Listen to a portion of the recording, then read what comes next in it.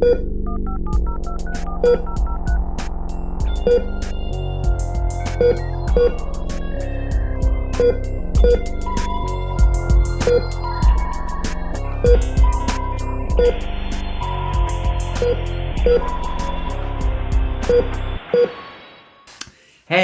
welcome everyone to Is It Observable?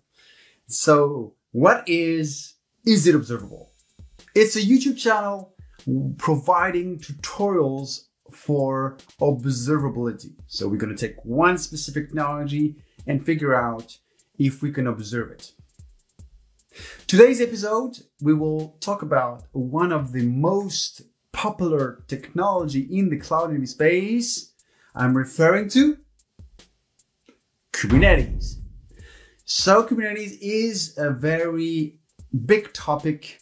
So we're not going to cover in one single episode. We'll do several episodes about it. And today we're going to focus mainly on how to retrieve metrics in Kubernetes. So what you're going to learn out of this episode. So first, short introduction on the architecture of Kubernetes. Then, because we're going to collect metrics with the help of Prometheus, we will see what is the architecture of Prometheus as well.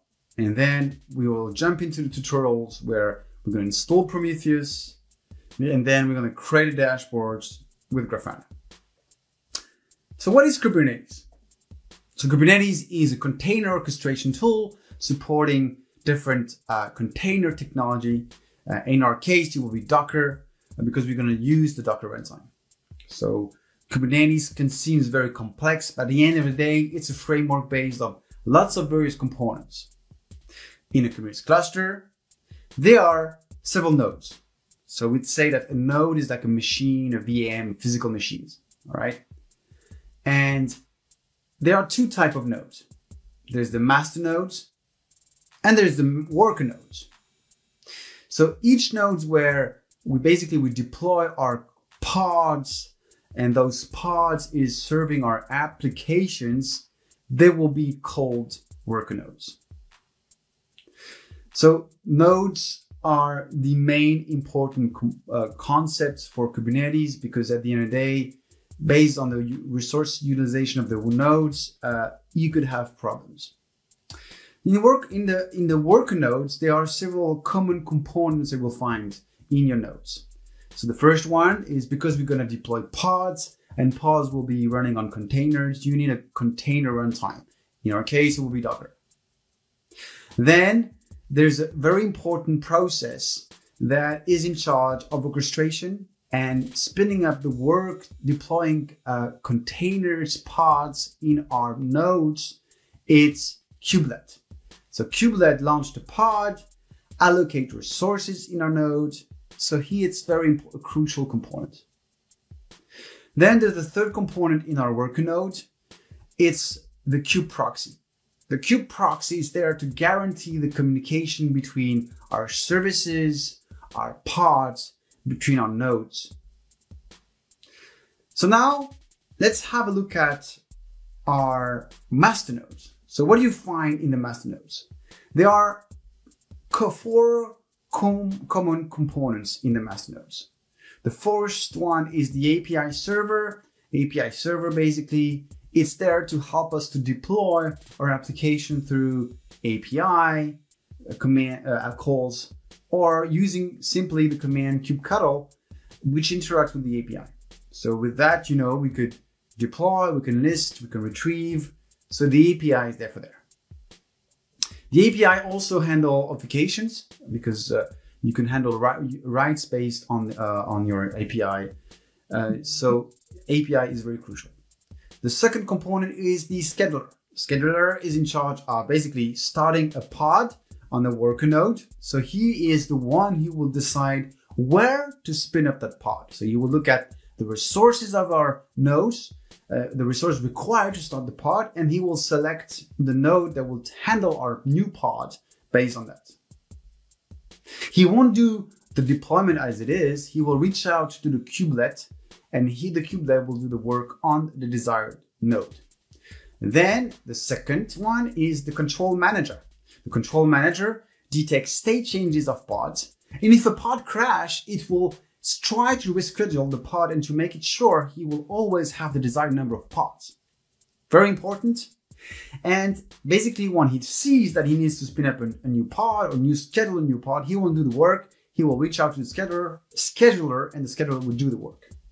The fourth component is etcd. etcd is a queue-value pair storage, and it stores all the changes of status of our cluster.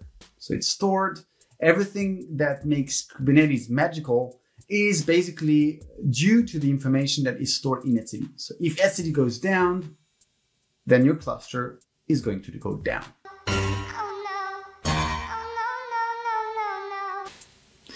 So now we know what are the components that is important for us to collect, to reach out, to collect interesting metrics to measure how healthy our cluster is. So how can we do that to report metrics? We're going to use Prometheus, like I said. Prometheus is the standard technology to collect metrics in a Kubernetes cluster. So let's see what is Prometheus and basically how do you deploy Prometheus? So Prometheus, you could deploy it manually. But keep in mind that the deployment of Prometheus requires to deploy daemon sets, services, stateful set, secrets, config map, and more. There are a lot of dependency between various components of Prometheus, so you need to deploy them in the right order to make it work. So I would clearly not do it manually because it will be very complicated to configure properly everything. So that's why there is the Helm charts, which is deploying the Prometheus operator, and it makes our job much more easier. So what do we have in the Prometheus operator? So we have, of course, the core component, which is the Prometheus server. And the Prometheus server has three elements: the retrieval, in charge of collecting metrics from our exporters, the storage, so we're going to store the metrics in a time series database, and then we have the HTTP server that will access to the metrics collected by Prometheus to build graphs. The HTTP server, there's also a graph layer inside of that. So if I want to create graphs in Prometheus, I can do it. But most of the time we use Grafana because there's so much new features, so much enhancements, so much great things with Grafana. So Grafana make it a natural choice when it comes to dashboarding Prometheus metrics. The Helm charts deploy also the alert manager. The alert manager is there to basically, as a name, you create a rule, there's the thresholds, and if the metrics reach out the thresholds, Prometheus will raise an alert with the help of the alert manager to notify your different applications that something is going wrong. The Helm charts deploy also a couple of exporters that will help us to figure out how healthy our cluster, our Kubernetes cluster is. So the first one is the kube state metrics. It gives us metrics related to the scheduling. Very interesting. Then we have the node exporter. Metrics related to nodes. Also, we mentioned it. We need to figure out how it works, how our nodes are running, how much resources we have left there. There's also some of the deployment. You can also have the CA advisor. So metrics related to containers. Very interesting. So basically, with those three exporters that are deployed naturally, you will have all the right metrics to at least measure the health of a cluster. Now, we can also deploy, we don't have to deploy it, basically, it's the Helm charts that do it. It deploys as well a Grafana server component in our cluster. So with that Grafana, it's already connected with our Prometheus, nothing to do, just build our PromQL to build our fancy dashboards. So now we have the architecture of Grafana and Prometheus. Let's jump to the tutorials where we're going to deploy first Prometheus in Grafana because everything will be deployed with the Helm charts. And then we will create the graph in Grafana. All right, let's go. All right, like every tutorial that we do at Easy Observable, there will always be a specific repository in GitHub. So the organization that you may look at is github/isitobservable. And here today we're looking at the repository related to our episode, which is Prometheus and Kubernetes. All right, so already have deployed a K8 cluster with 3 nodes. Now I want to deploy an app. Why? Because simply I want to get some workload running, so then we can take advantage of Prometheus to measure that. So first step, I am deploying a new namespace, hipster shop, and then I'm going to create the role binding out of that. Here it is. It's been created. And last, I'm going to refer to my deploying file. I have a deploying file in my repo. Now that we have an app running, the only thing that we have to do now next is to deploy the Prometheus operator. So I'm going to use the Helm charts to do that. I may have some warnings when I deploy because I have a fresh new version of the cluster. There are a few things that are not supported, but no worries, it will work. So here is the command helm install. Prometheus will be the name of the release locally, and the repo is stable/Prometheus operator. If I enter this, so first thing I'm going to do, just to check that everything worked well, I'm just going to check that I got all the desired parts that I'm expecting for Prometheus. So I'm doing that on a default namespace. As you can see here, I have the operator, the various node exporter, the kube state metrics, and I have Grafana. Boom! And the alert manager. I got everything. Wow, that's awesome. So now, like I said, I need to update my service for Grafana. I'm just going to change the type of the service to put it as a node port, type node port. So I'm looking at the name of my Grafana services, which is Prometheus Grafana.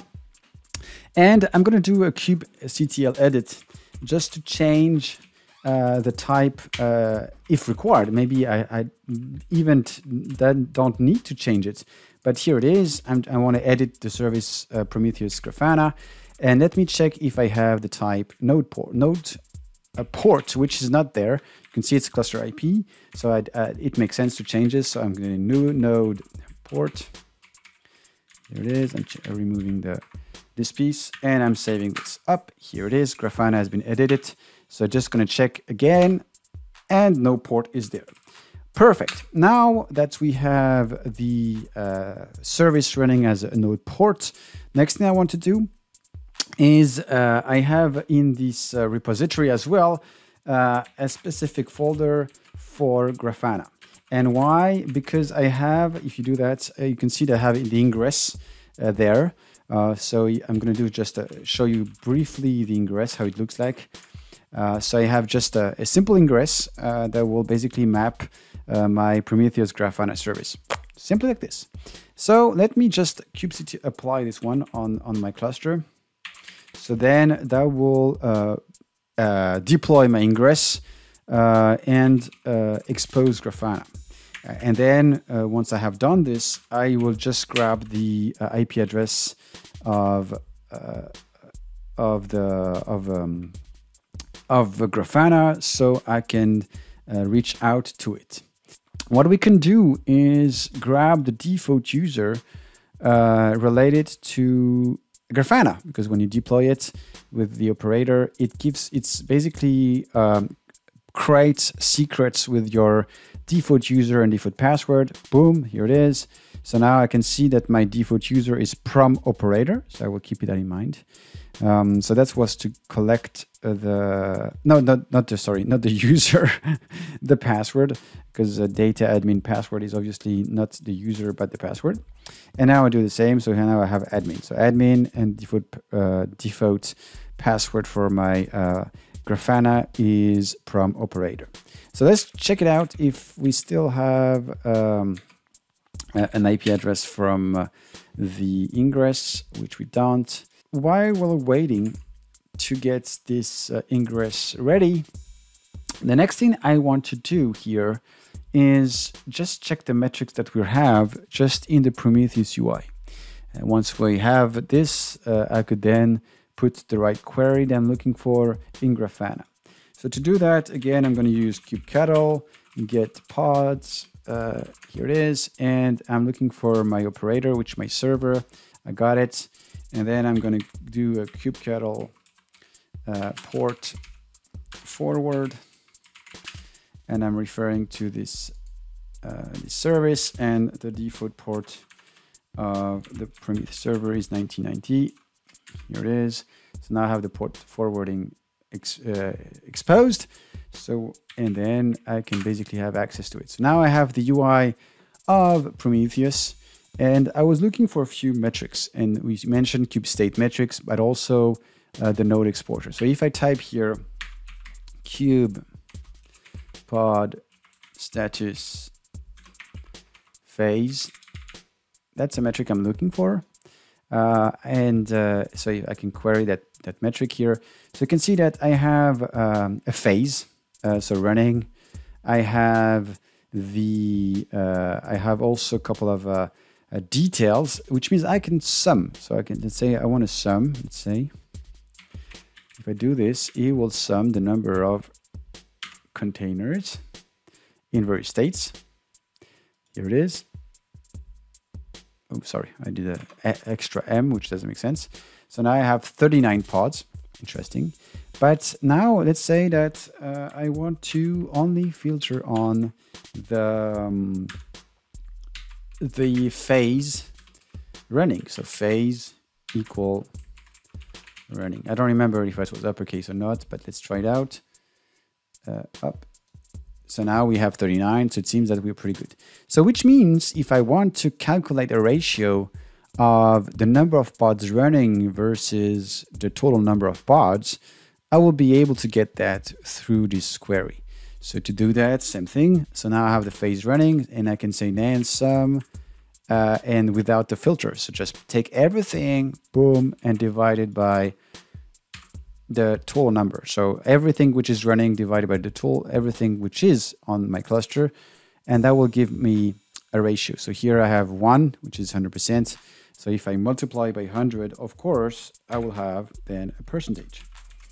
So simply like this. And we execute the query, and then we have 100. So now we have this ratio, and this query could be then utilized in our Grafana. All right, so now that our ingress has been finally available, let me check, and I can see the IP address. I have a small command, so you have to wait until the ingress is properly running to apply it. This will give you the IP address that you should query to have access to your Grafana. So here, this is the IP address. I have it. Boom, I copy this, and then I can simply open HTTP page on this one, and it drives me to Grafana. So remember our default user was admin, and then was prom-operator, and I'm connected. So now we are in Grafana. And in Grafana, there is various sections here.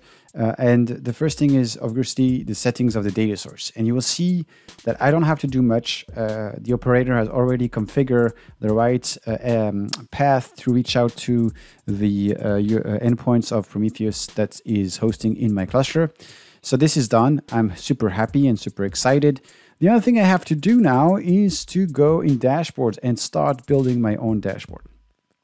So I remember we did a small query, so I can obviously copy paste it from our previous from our Prometheus UI, and I can basically put it here.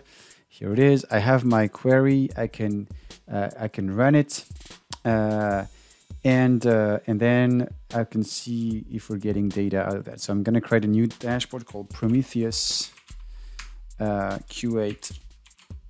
Easy to observable. Nice, simply like this.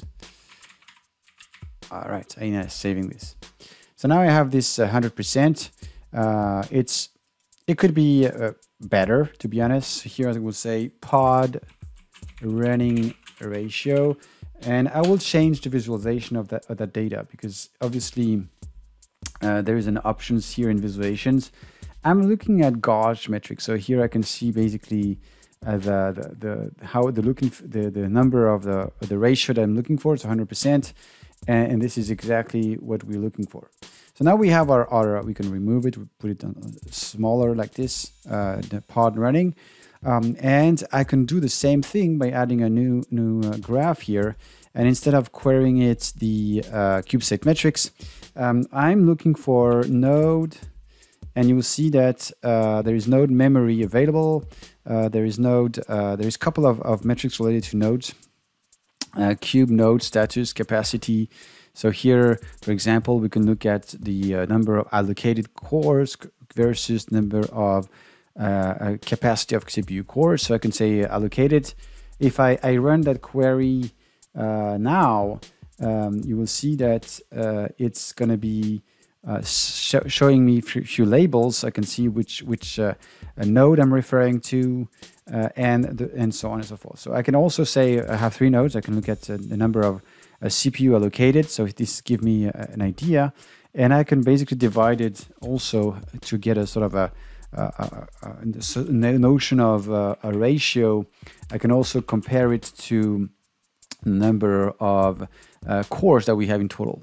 So if I rerun that query, you can see that now I have like a 1.97. So obviously I have nothing. I have a CPU left, so I'm happy about that. So you can see that it's very simple with cube state metrics and with node exporters to get the level of detail that you're looking for to get to measure how healthy your cluster are. I'm not going to go on all the metrics, of course, but this gives you a fresh idea of what you can achieve with the help of Prometheus and Grafana.